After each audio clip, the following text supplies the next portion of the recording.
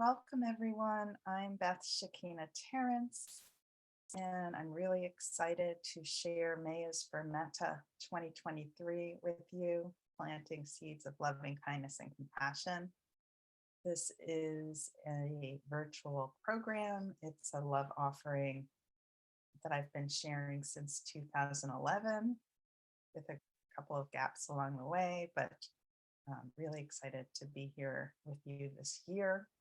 I think probably more than ever, we need more loving kindness and compassion in our lives, our relationships, and our world. So I'm so glad that you've chosen to join me and my Heart of Awakening community, which has occurred in different ways over the years, in person, virtually on Facebook, through a course platform, and so I'm exploring with the community group this year on Podia. I'll be sharing the daily posts there, all the information about the program, Zoom info, and things like that. So I think most of you who are seeing this have already joined, but I'll share the link as well for anybody who still wants to join us for this year. And so I have some slides, just wanted to kind of intro a little bit more about May Is For Metta and just kind of what we'll be exploring over these 21 days. So the intention of May Is For Metta is to cultivate greater loving kindness and compassion in our lives, our relationships, and our world. And we do that through the practice of loving kindness meditation primarily, although we also explore some different types and aspects of compassion practices. And so it's an opportunity to develop or deepen in a daily meditation practice. It doesn't have to be a daily meditation practice. It can be however you want it to be. This is your program. The title talks about planting seeds. And so that's in terms of our practice growing and planting seeds in our lives, relationships, in the world, but it's also the program itself is planting seeds for you to explore and connect. And so you may drop in every day, you may touch in here and there. So just in the spirit of loving kindness and compassion, I like to say to truly be gentle with yourself and just follow the guidance, the stirrings of your heart about how to touch in, but please be gentle because it's hard. It's just hard these days. And so we don't need, as much as we want to create more structure and anchors for ourselves, we need to do it as one of my favorite meditation teachers and authors talks about, Sherry Huber. She says we need to cultivate compassionate self-discipline. And so I encourage you to do that.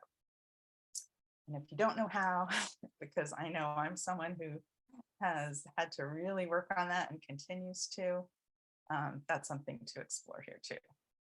So we'll also be reflecting and expanding self-awareness, self-facilitation, and self-care.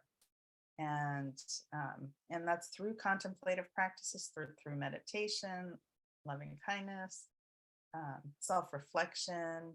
There'll be some journaling prompts for you to explore and through reflective writing, and also sharing in community. And under the umbrella I call restorative practices. If you're not familiar with that, we'll talk and explore that a little bit more too. And so really it's deepening our experience of connection and belonging, and that's with ourselves, that's with others we're in relationship with, with the world that we're a part of, nature. So on many levels, there's an opportunity to really cultivate our sense of connection and belonging. So, and before I go on, I did want to say, in the community space, I did share a post, and I'll just kind of highlight it again when I send it out. The recording that shares more of an introduction and a history to May Is For Metta, which has been happening, as I mentioned, since 2011 in some way, shape, or form. but has roots in my personal practice, going back to really delving into loving kindness meditation in my 20s when I lived in New York City. And I was going through a lot of personal challenges at the time. And so, and had what I'm sure I'm not alone in is a voracious inner critic. And so I found this practice incredibly helpful in terms of my relationship with myself. But as I, moved around the world, and particularly, in New York City on the streets and the subway, seeing people suffering every day, it gave me a practice that also I could give or offer something in some way.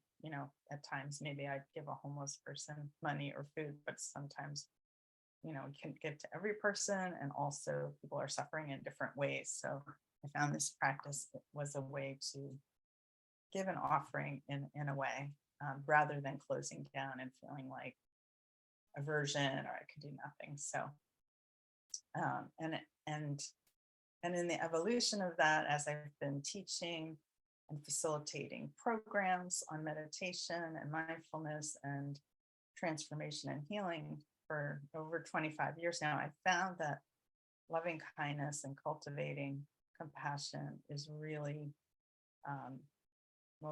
it's an essential practice as a human being. And then it's a beautiful meditation practice that I found is really accessible to anybody, even people who think they can't meditate or just have a hard time with meditation. So if you're new, be an opportunity to explore and practice.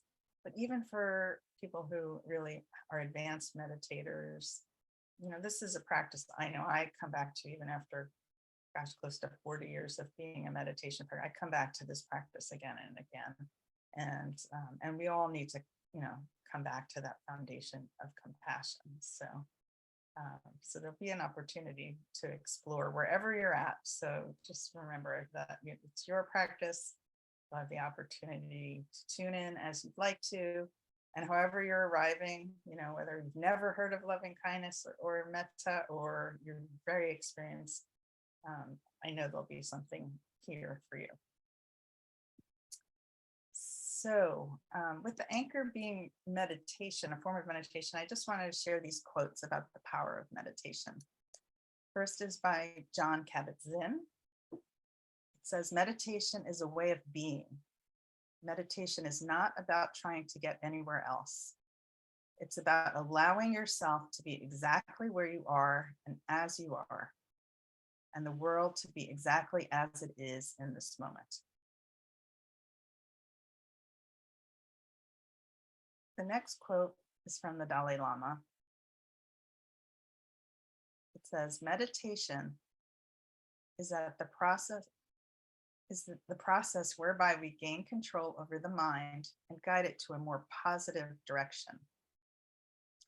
Meditation may be thought of as a technique by which we diminish the force of old thoughts, habits, and develop new ones. And the last is by Viktor Frankl. It's one of my favorites. It says, between stimulus and response, there is a space. In that space is our power to choose our response. And in our response lies our growth and our freedom. And as we cultivate meditation and mindfulness practices, we have that opportunity to, rather than be reacting, we can choose how we respond.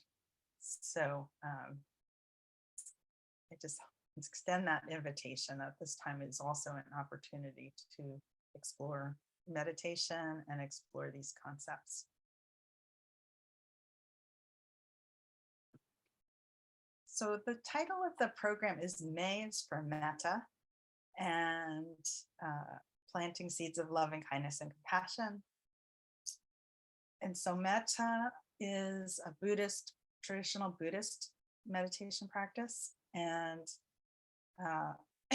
which is anchored in loving kindness. And so today it's actually considered a secular practice. It's very well researched, and I will, as we move through this program, I'll touch on it a little bit today, be talking about one of my favorite topics, science meets spirituality, because those who've been meditators or, Buddhist practitioners or other spiritual practitioners, know these practices work for thousands of years. And now, in more recent years, there's lots of research on a variety of meditations, but loving kindness is very highly researched. And so we can understand how it works on the level of really body, mind, emotion, spirit. And I'll be sharing some of that as we go along. So I just want to say that even though it has roots in a Buddhist tradition, it's really accessible to anybody, regardless of your religious or spiritual beliefs. And at the heart of the practice is the concept of cultivating greater compassion for self, others, and the world around us. And we will really begin with ourselves. We'll talk about that more as we go along. So in the practice, we use words, images, and feelings to evoke the feeling of loving kindness and compassion. It's a process. And we'll spend actually most of this first week really cultivating the foundation of practice before, which will be work generating the feeling of loving kindness and compassion and extending it out to others. And before we move on to extending it out to others and the world, we'll really cultivate that foundation of practice for self, which is really understood in the Buddhist tradition and maybe other spiritual traditions. But in our more Western culture and modern culture, we're often taught that loving ourselves first is selfish, or giving ourselves, that compassion and care before we give it to others, is selfish. So sometimes it goes against our grain of maybe what we grew up with, or on, our experiences. And so in a way, we're sort of maybe flipping our story or a narrative in some way, and we're giving to ourselves first. And that is so that we can create a foundation, create a well of loving kindness and compassion that fills us and flows through us and out into our relationships in the world. And it's so easy in our current world, with all of the stress and turmoil and chaos, to get depleted and to not have that well be full. So there's an opportunity, through this practice to fill the well. And so the last part of the practice will be working with the phrases, and I'll share those as we move on towards the end of today in a guided practice. And really, as we offer those phrases, whether to ourselves or others, we are planting those seeds of loving kindness and compassion. So as I mentioned, it's a good practice, whether you're a beginner or experienced practitioner. Okay, so I wanted to just share some of the benefits of loving kindness meditation. And I'll just say that this is just a very brief summary of some of the research. I will share about this a little bit more in detail because, as I said, I just love learning about it and sharing it. And it's just, I think for a lot of us, a lot of people, it helps to have that, understanding. So some of the benefits that research has found is increasing positive emotions, just cultivating that overall experience of well-being, helping how we process emotions, increasing our empathy and social connection. And, I think I've often said for many years through my personal journey and shamanic training and work, that disconnection can be viewed as the greatest disease of our time. And that's only amplified in the last few years with the pandemic. And so coming back to more social connection has been challenging, I know, for myself and a lot of people I talk to. So this practice can help in improving social connection. It can help reduce that inner critic that I think, if not all of us, many of us have, certainly to varying degrees. And it will increase our compassion, our self-compassion, and our compassion for others, just in terms of mental health. And it's actually Mental Health Awareness Month this month, so it feels timely. Maybe we'll touch on this a little bit more as we go along. It helps ease PTSD symptoms, depression, and other traumas. And it even helps physical health. So I find this fascinating. I love to look at research because I'm a holistic practitioner and facilitator on the level of body, mind, emotion, spirit, and the integration of those parts. And so it's actually been found to support physical health by decreasing inflammation and improving immune function. And that's something we probably always need, but certainly in our current times. So many reasons, whether it's your, desire for a meditation practice or spiritual practice, or well-being practice, or even to address some, specific focuses or challenges that you're facing. So as we look to loving kindness meditation, I just wanted to kind of give a summary of the practice. As I mentioned, we start with ourself, and actually we do start with ourself sort of pre-beginning of that is just cultivating the feeling of loving kindness and compassion. And there's a way that we do that. And then there are these categories that we work through, and they can all be done in one long meditation. We're going to really break it down and work with each one over the 21 days that we'll be exploring together. So that's an opportunity to learn the different aspects of the practice, and in exploring different categories in terms of that self-reflective piece, we can get a sense sometimes of how we relate to different kinds of people with categories of people. But we will begin with the self, and that will be cultivating the feeling of loving kindness, compassion, and then offering the metta phrases to ourselves as the foundation. And as we go on, I'll refer to that as the foundational practice. As I mentioned, just so you know, because I'm getting maybe a lot of information and kind of just a glimpse of what will be happening. But I will each day, you'll just be getting some information. And I want to say at this point, as I mentioned, I've been doing this practice and program for over a decade. And at times it's been very structured, 31 days and like a written practice every day. And then, different multimedia, audio or video. And I'm just finding now, I mentioned that idea of being gentler with ourselves. So I will be offering each aspect of the practice and some touchstones each day, but really kind of just creating the seeds again that you need to explore those pieces, and let it be more, it's always experiential, but just not have to take in so much to experience it. So you'll be getting these touchstones every day through the Heart of Awakening, May Is For Metta community space, and yeah, it'll just flow, I think, in a beautiful, organic way. Okay, so as we move on from the self, we've moved to the category of mentor or benefactor.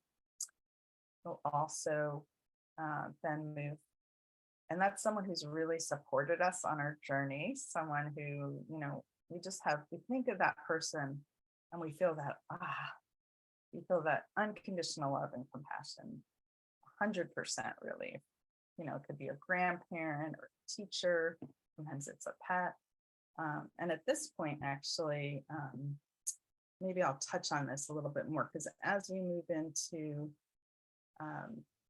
cultivating metta, we'll be asked to connect with a loving being, which sometimes is our mentor or benefactor, or what we might call a beloved, a family member or friend.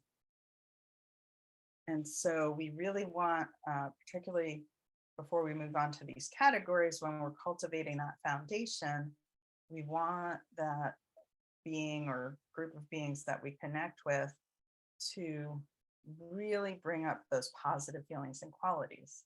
And sometimes we think of someone, maybe it's, our best friend or, our sister, And, if we feel that sense of unconditional love and warm feelings, but then there's something going on. Maybe there's a strain in our relationship right now, or just something where we all of a sudden we start to have some mixed feelings, right?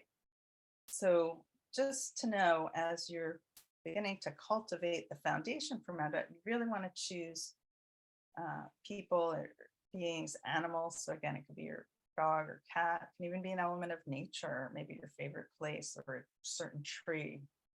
That I think of my acquaintance of mine who every day I see her photo on social media of hugging a tree, and just that, that connection, and it's palpable. So maybe you have that too, or some other place where you feel that connection. And so and that heart-centered, connection of loving kindness and compassion. So so just to know that as you're working with the foundation, particularly in generating loving kindness and compassion before you offer to yourself, that you really, if there's anybody who comes in, you invite in, who you have mixed feelings towards, you're going to be able to work with them through these categories and in different ways.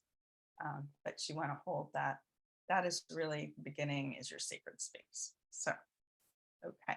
So after we would move from mentor to benefactor, we'd go to a neutral being, which is just someone maybe you passed on the street today. Maybe it's the barista at your coffee shop, or the teller at the bank, or just someone, you don't really know them. They may have noticed them very briefly or hardly at all, but so you don't have feelings positively or negatively.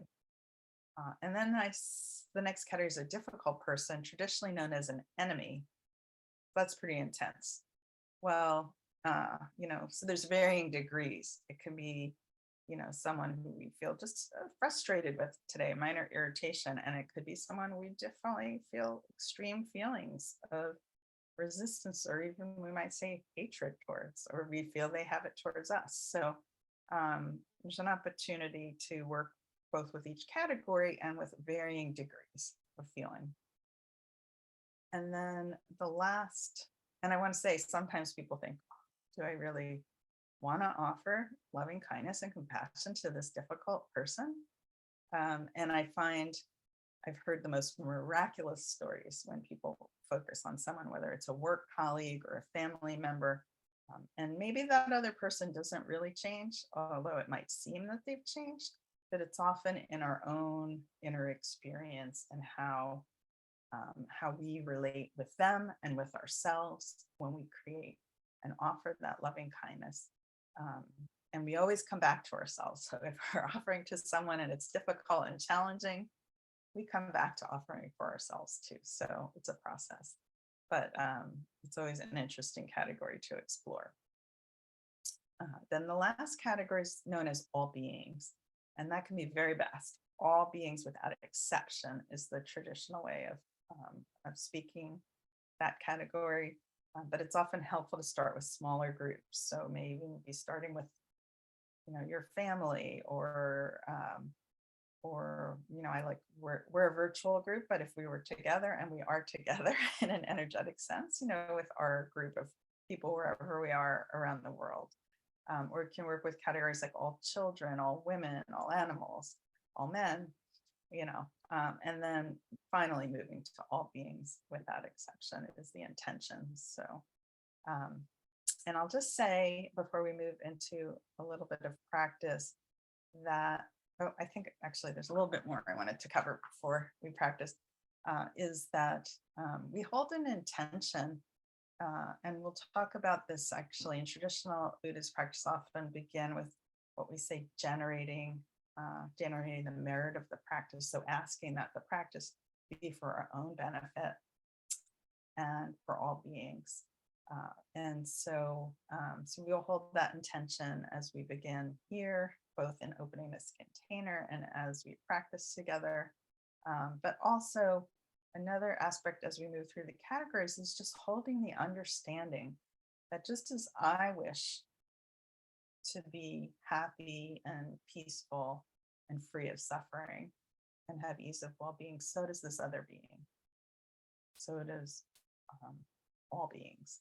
So And then as part of where that empathy and compassion, I think, really becomes cultivated. So yes, I just wanted to touch a little bit on compassion as we're, the whole container of May Is For Metta is a compassion, I would say a field of compassion, a compassion practice. Loving kindness falls in that category. So just wanted to talk about some definitions of compassion, just so we hold that in our awareness. So first is to suffer together, to recognize the suffering of others and then take action to help. Compassion embodies a tangible expression of love for those who are suffering. Sympathetic consciousness of others' distress together with a desire to alleviate it. And the feeling that arises when you are confronted with another's suffering and feel motivated to relieve that suffering, and concern for the well-being of others.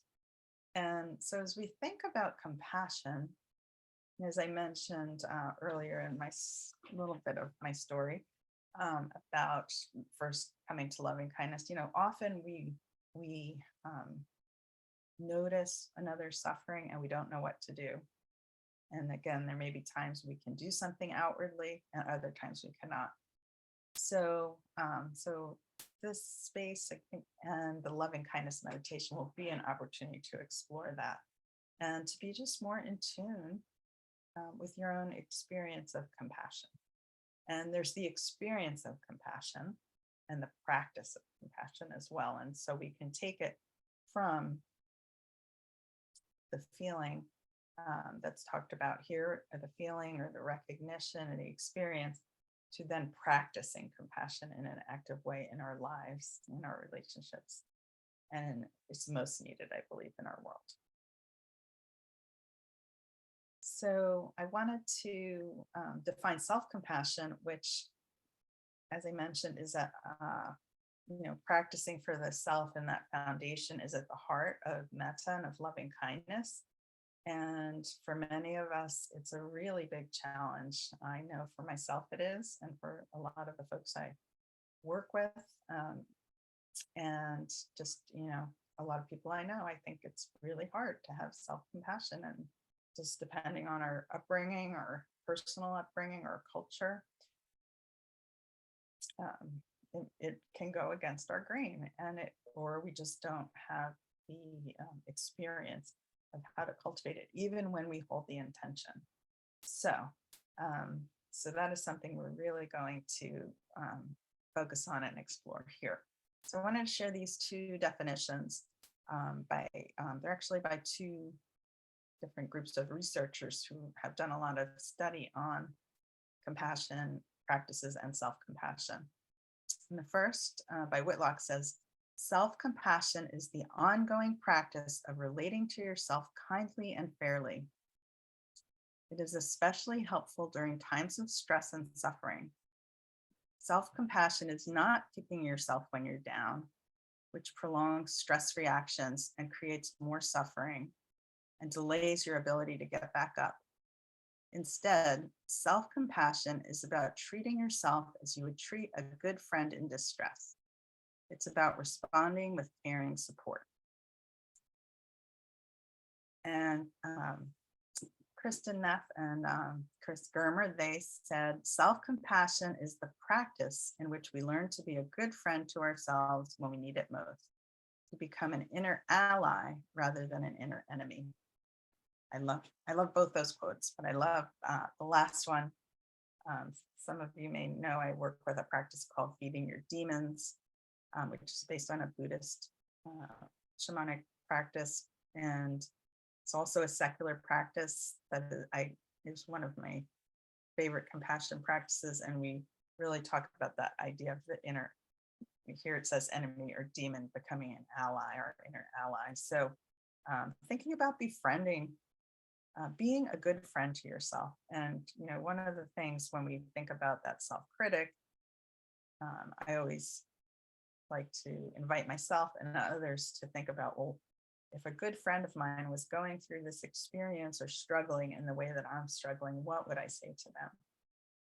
And just to consider how different that might be than the voice in our heads or what we offer ourselves. And that's really the invitation of self-compassion. So we'll be planting a lot of seeds of self-compassion here in these 21 days. And I just wanted to touch on these 3 elements of self-compassion, which comes from the research of Kristen Neff. And I'll share some of the links to some of her articles and research as we go through our time together. But I just felt like these are a great anchor for any compassion or loving kindness meditation program to hold that as well. And so it's mindfulness, being aware of physical, mental, emotional pain in the moment. And there's lots of ways we can define mindfulness. I like John Kabat-Zinn's definition, which says being in the present moment, non-judgmental. And then there's self-kindness. So again, that befriending of ourselves, treating ourselves with kindness and considering our own needs. And lastly, common humanity. So recognizing that what we experience is normal and the experience of every human being. And a lot of times, especially when we're in pain, trauma, or in a phase of isolation, we're struggling, we think no one else has experienced this, or it's hard to imagine that anybody else, or that they would have understanding or compassion for us. So there's an invitation here for that to cultivate and experience that common humanity as well.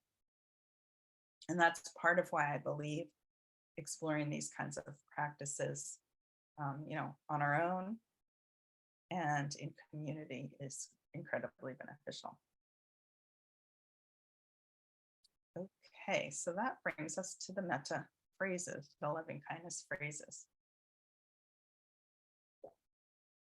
And these are some phrases that are kind of more traditional. There are, if you study or read about metta or loving kindness practice, you may see a variety of phrases. And then there's an opportunity to create your own phrases as well. They're a little different than affirmations, and we'll actually have an exploration about that later on. So, but these are the 4 phrases I tend to work with. May I be happy. May I be peaceful. May I be free of suffering. May I have ease of well-being. So at this point, I'm going to guide us in a short introductory practice. And and then just kind of wrap up and share kind of what a little bit about next steps. Okay, so I'm going to invite you to find a comfortable position.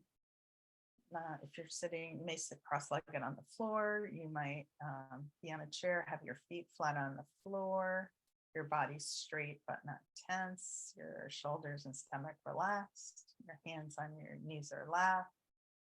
And you just make yourself comfortable. If lying down for some reason feels better for you, that's okay too. So finding that comfortable position, I invite you to, if you'd like, gently close your eyes or just can have a soft gaze downward in front of you. And just feel yourself in this moment, just supported by the earth beneath you. Just feeling your presence in whatever space you're in.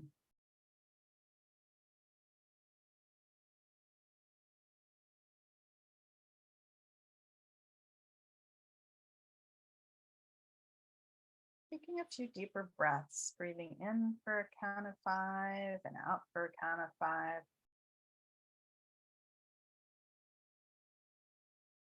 Just letting your body and your mind just slow down, come into this moment.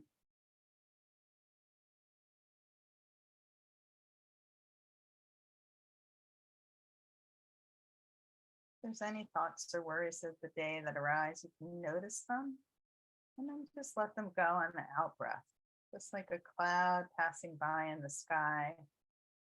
You notice it and then it simply drifts away.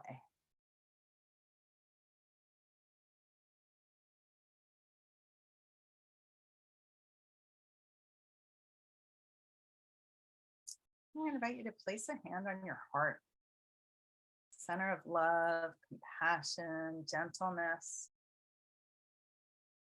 kindness for yourself and others. So just bring your breath and awareness to that heart center in this moment.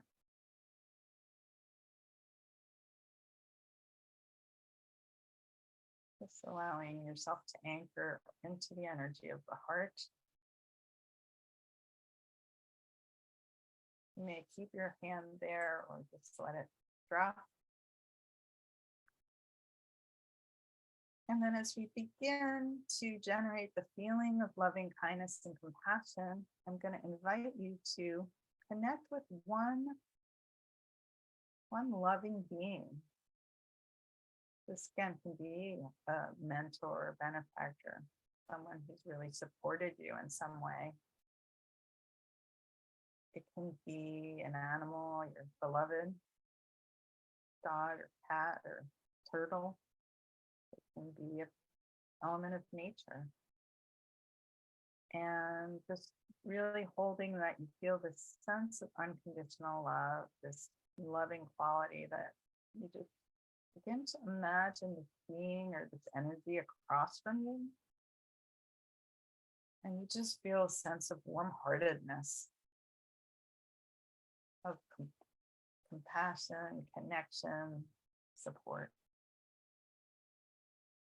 You really feel yourself in their presence, what it feels like to be in their presence.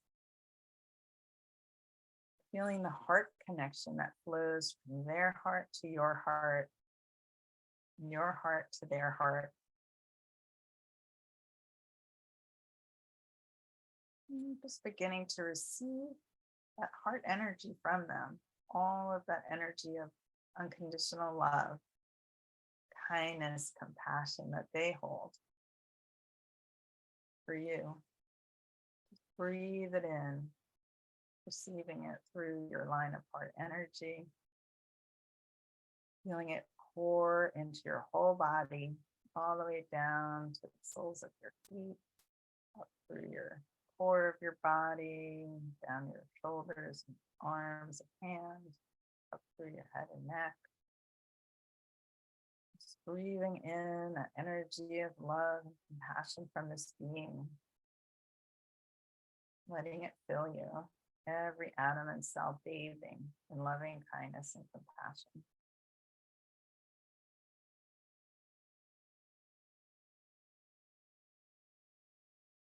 And it's this essence, this quality that is at the heart of metta, of loving kindness meditation. So it's where we'll begin each time we practice. And it's where we will return when we struggle in our practice, or where we feel challenged in our lives in the world.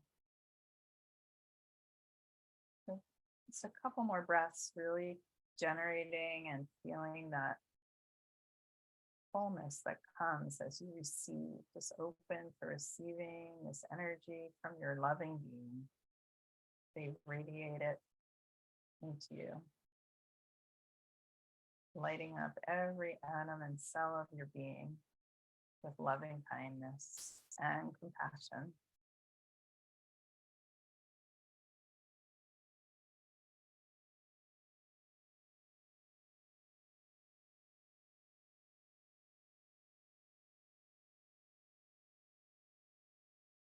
They may just stay in your awareness, or they may drift away at this time, but you'll begin to focus really on that feeling within yourself that you've cultivated, and begin to offer loving kindness and compassion to yourself with the phrases. I'll say them aloud, and you can repeat them one by one after me, silently or aloud. May I be happy. May I be peaceful. May I be free of suffering. May I have ease of well-being.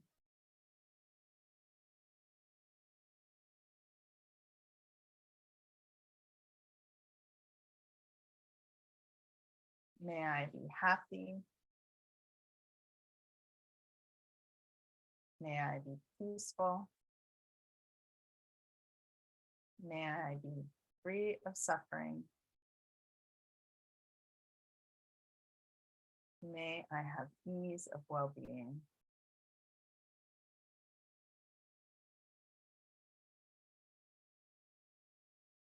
May I be happy.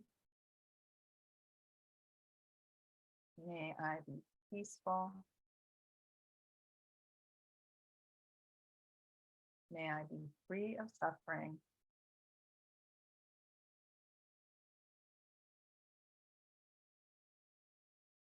May I have ease of well-being. Just practice a few rounds of phrases, offering it to yourself at this time, and just continuing to know that it's this essence or energy of loving kindness that you generated with your loving being that you're now offering to yourself.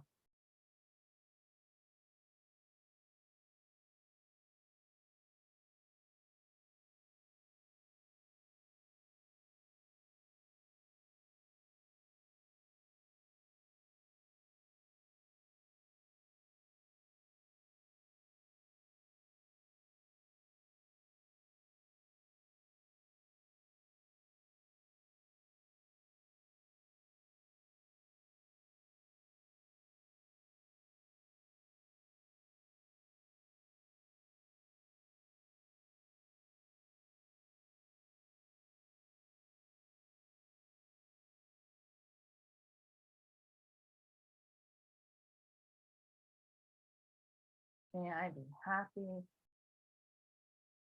May I be peaceful. May I be free of suffering. May I have ease of well-being.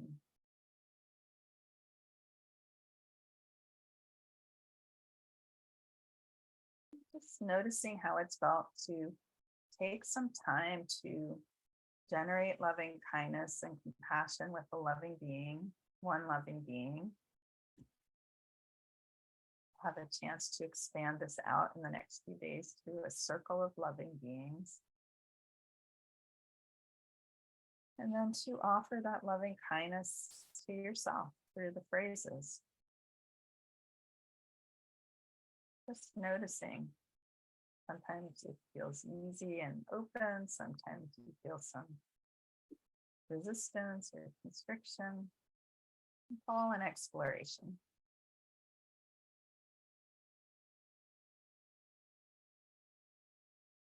And as we complete today, I'll just ask that we take a moment to generate a heartfelt motivation that the benefit of this practice be for ourselves,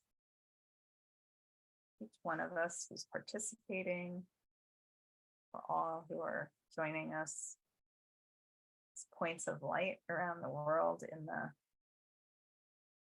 Heart of Awakening and May Is For Metta community. For all the people whose lives we touch through our relationships, and for all beings, wherever they may be. May they be happy, may they be peaceful, may they be free of suffering, may they have ease of well-being.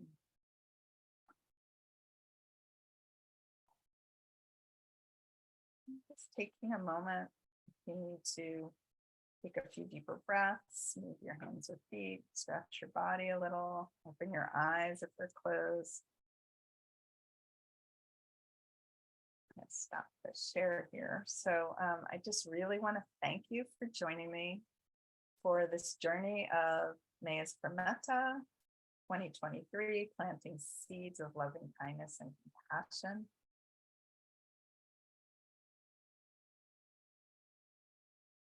And I'll be posting the recording in the May Is For Metta community group. And just know that each day you'll get a touchstone. So some days it may be a written post, it may be a guided audio or video on a portion of the loving kindness practice. and it will grow gradually each day. I just want to let you know that it'll be kind of just a learning exploration, very gradual and gentle, and to just, as I mentioned as we began, be gentle and loving with yourself. Let go of expectations. If you'd like to set an intention, I invite you to do that. But enter into this exploration and journey with the spirit of compassion and self-compassion. It's an opportunity to do so. And so I'll also be sharing some journaling prompts in the posts, and there's an opportunity to connect in the community space if you'd like to. You're always invited after any daily prompt or resource that's shared to share your experiences, your reflections, or any questions. And I'm always here if you need to reach out to me. You can do so through the membership group, and I'll share my email in the posts as well. Okay, so wishing you a beautiful rest of the day or night, wherever you may be. And as my teachers say, Tashida Le, I honor the greatness within you. Thank you.